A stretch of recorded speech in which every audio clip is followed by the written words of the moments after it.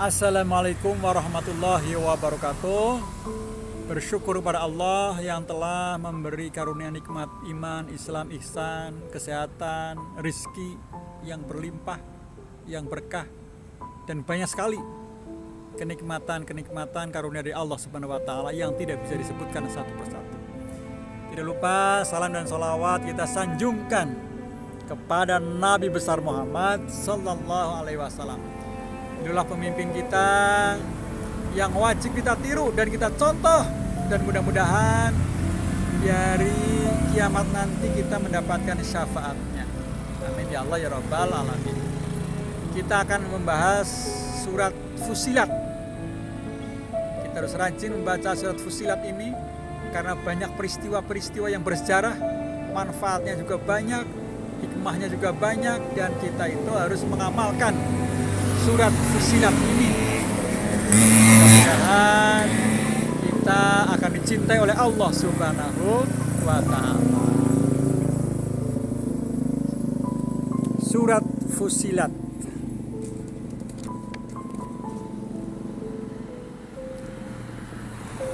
Surat Fussilat terdiri atas 54 ayat, termasuk surat-surat Makkiyah, diturunkan sesudah surat Al-Mu'min. Dinamakan Fussilat yang dijelaskan karena ada hubungannya dengan perkataan fusilat yang terdiri pada permulaan surat ini,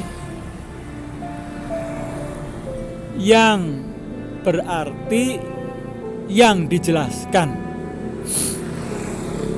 Maksudnya ayat-ayat diperinci dengan jelas tentang hukum-hukum, keimanan, janji, dan ancaman, budi pekerti, kisah, dan sebagainya. Dinamai juga dengan Hamim As-Sajdah karena surat ini dimulai dengan Hamim, dan dalam surat ini terdapat ayat sajdah. Apa pokok-pokok isinya? Pertama adalah keimanan, Al-Quran, dan sikap orang-orang musyrik terhadapnya.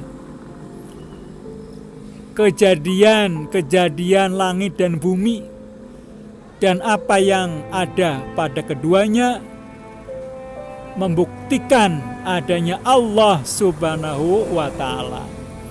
Semua yang terjadi dalam alam semesta tidak lepas dari pengetahuan Allah Subhanahu wa Ta'ala. Yang kedua, hikmah diciptakannya. Gunung-gunung, anggota tubuh tiap-tiap orang menjadi saksi terhadap dirinya pada hari kiamat. Azab yang ditimpakan kepada kaum Ad dan Samud, permohonan orang-orang kafir agar dikembalikannya ke dunia untuk mengerjakan amal-amal soleh. Berita gembira dari malaikat kepada orang-orang yang beriman. Anjuran menghadapi orang-orang kafir secara baik-baik. Ancaman terhadap orang-orang yang menginginkan dan mengingkari keesaan Allah, sifat-sifat Al-Quran, manusia dan wataknya. Saudara-saudara kaum muslimin, muslimat rahimakumullah. Surat Fussilat mengutarakan hal-hal yang berhubungan dengan Al-Quran dan sikap orang musyrik terhadapnya. Kekuasaan Allah di langit dan di bumi, ancaman kepada orang-orang musyrik di dunia dan di akhirat. Kemudian dikemukakan tentang keadaan orang-orang yang selalu beribadah kepada Allah, dan disusuli dengan mengemukakan beberapa tabiat manusia. Lalu ada enggak hubungannya antara surat Fussilat dengan surat Syu'ara? Tentu saja ada.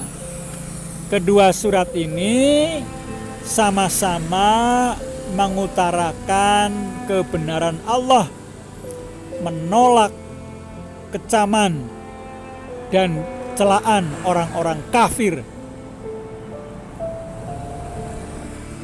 terhadap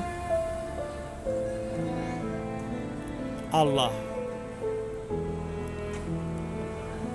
Bujukan kepada Nabi besar Muhammad sallallahu alaihi wasallam agar jangan bersedih hati dan berputus asa, karena kecaman itu sudah sewajarnya datang dan musuh-musuh agama, dan hal itu telah dialami oleh rasul-rasul sebelumnya.